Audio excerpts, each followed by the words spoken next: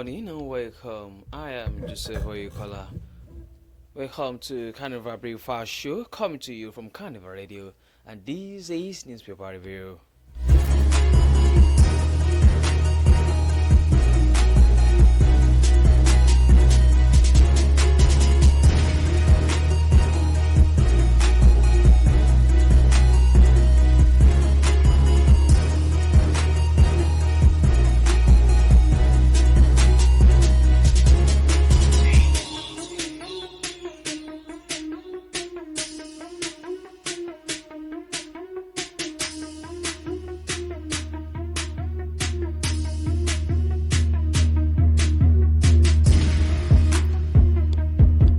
To begin the news this morning, here are the headlines.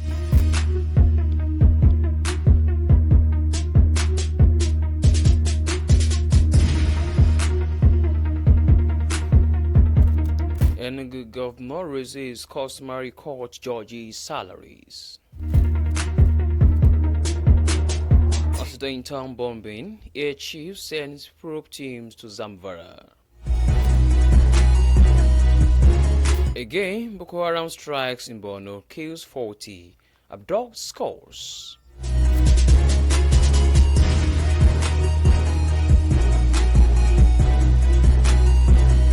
$200 billion USSD debt. NCC to name the 14 banks this week.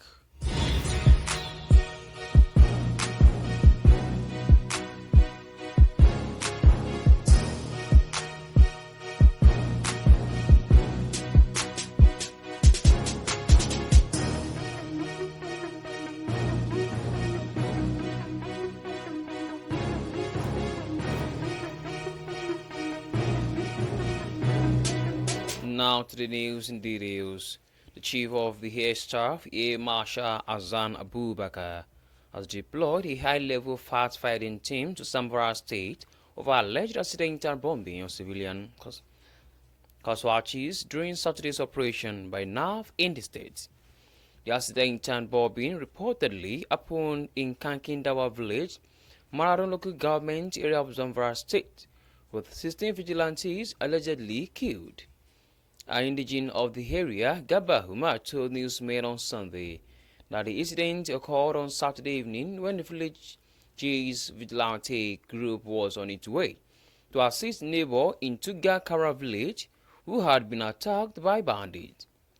Zamfara state government and the All Progressives Congress in the state also confirmed the accidental bombing and commiserated with the families of the victims. In a statement on Monday, NAV said the fact-finding team is led by Air Vice Marshal Edward K. Guate, Director of Coordinator and Cooperation in the Civil Military Relations Branch of NAV Headquarters. The team is tasked with conducting a thorough investigation into the incident. A statement on Monday by the NAV spokesperson, Air Vice Marshal Lushola Kimboyowa, said the team would engage with state and local government as well as other critical stakeholders to gather a comprehensive understanding of the event. This news was sourced from the Punch newspaper. Accidental bombing, here chief sends probe team to Zamfara.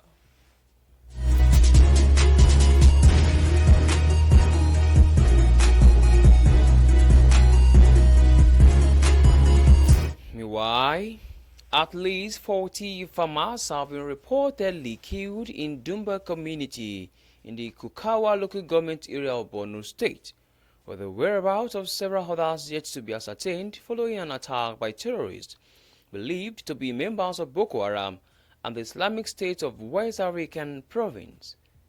It was gathered that the attack, which happened around 4:30 p.m. on Sunday, also left dozens of farmers missing who may have been abducted by the militants.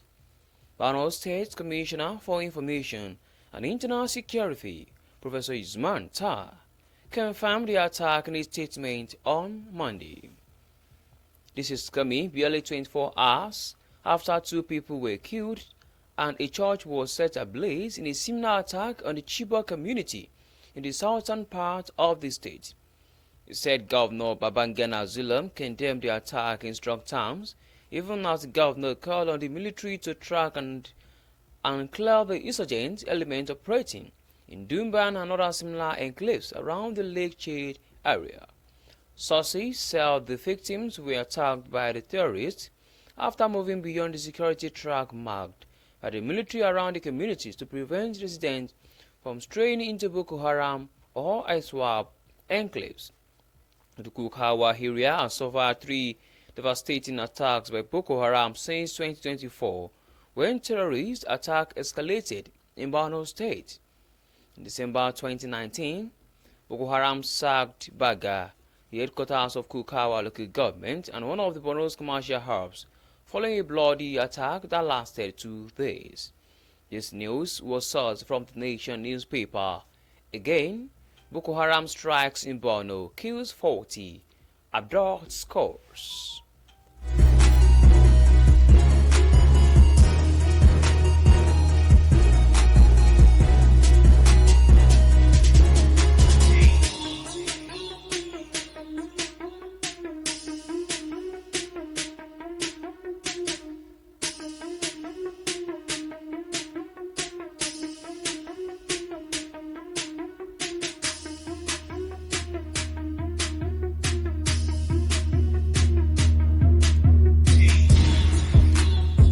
The governor of Oyo State, Peter Mba, has approved the upward review of the salaries of the 459 customary court judges of the 153 customary court across the state.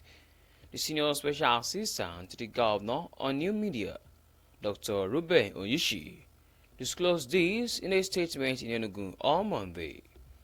Oyishi said that the review would take effect from January, in line with the 80,000 minimum wage as obtained in the state. He said that the review was a sequel to the high cost of living that compelled the increase in the national minimum wage of 70,000 and the Governor Humba's managerial's increase of the minimum wage in Enugu State to 80,000. He said that the review also applied to the chairman and 2 members that constituted each of the 153 customary courts in the state, in which the salaries of the chairmen were moved from 42,989 naira 76 kobo to 92,989 naira 76 kobo. This news was sourced from the Nation newspaper. Enugu governor raises customary court judges' salaries.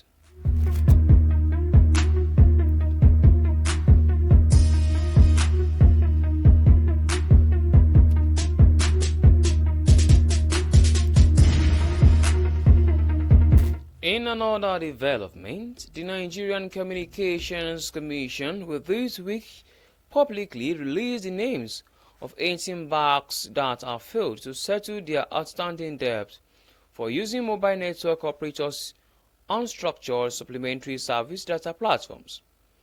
These banks collectively own a total of 200 billion naira, and the telecom regulator is preparing to take action, including suspending USSD services for the defaulters. Impeccable industry sources told newsmen on Monday that only 4 banks have met the payment requirements outlined in a joint directive issued by the Central Bank of Nigeria and the NCC in December 2023.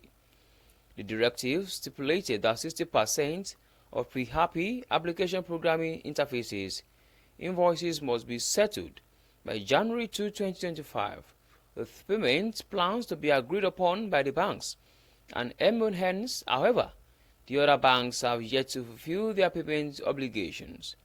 Pre-API invoices are the outstanding payment for USSD services that were incurred before the implementation of application programming interfaces in February 2022.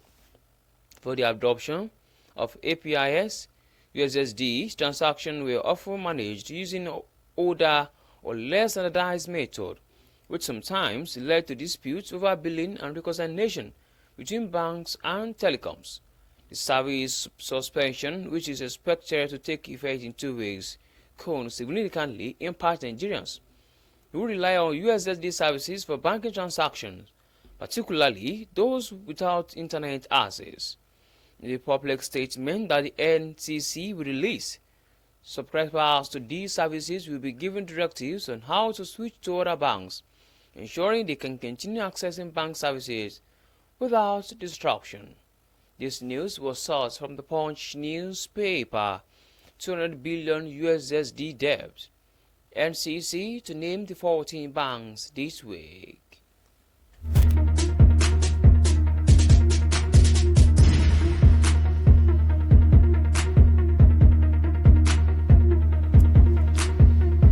On to the last news on newspaper review this morning. The Nigerian Electricity Regulatory Commission has completed the transfer of regulatory oversight to 4 states. The states are Enugu, Ekiti, Ondo, and Imo, which are now fully responsible for the regulation of their electricity markets. NEC made this known on its ex-ante Monday, noting it has begun the transfer of regulatory oversight to 10 states as of 10th January 2025. The Commission stated as of January 10, 2025, NAC has commenced the transfer of regulatory oversight to 10 states. There have been 11 electricity distribution companies, namely Abuja, Benin, Enugu, Eko, Ibadan, Ikeja, Kaduna, Kano, Jos, Port Harcourt, Yola, and aside from the 12-to-1 Aba Power Electric. With the completion of the transfer of oversight in 4 states, the pre-existing market structures in Enugu, Benin, and Ibadan discos are being adjusted. This news was sourced from the Vanguard newspaper. NAC transfers full electricity regulatory oversight to 4 states.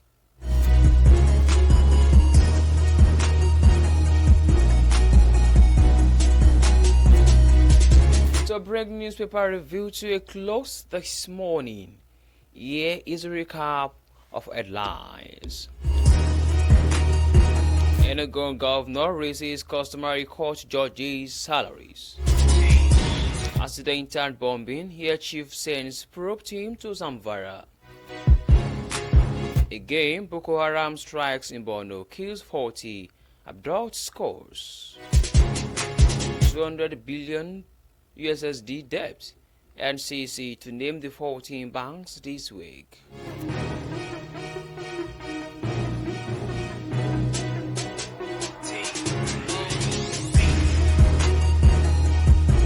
And with that, we've come to the end of newspaper review. Thank you very much for listening. You can download Carnival Media Hub from Media Hub on our Play Store. You can also check out our website at www.carnivalmedia.ng. My name remains Joseph Oyukola. Good morning, and please do well to enjoy the rest of your day.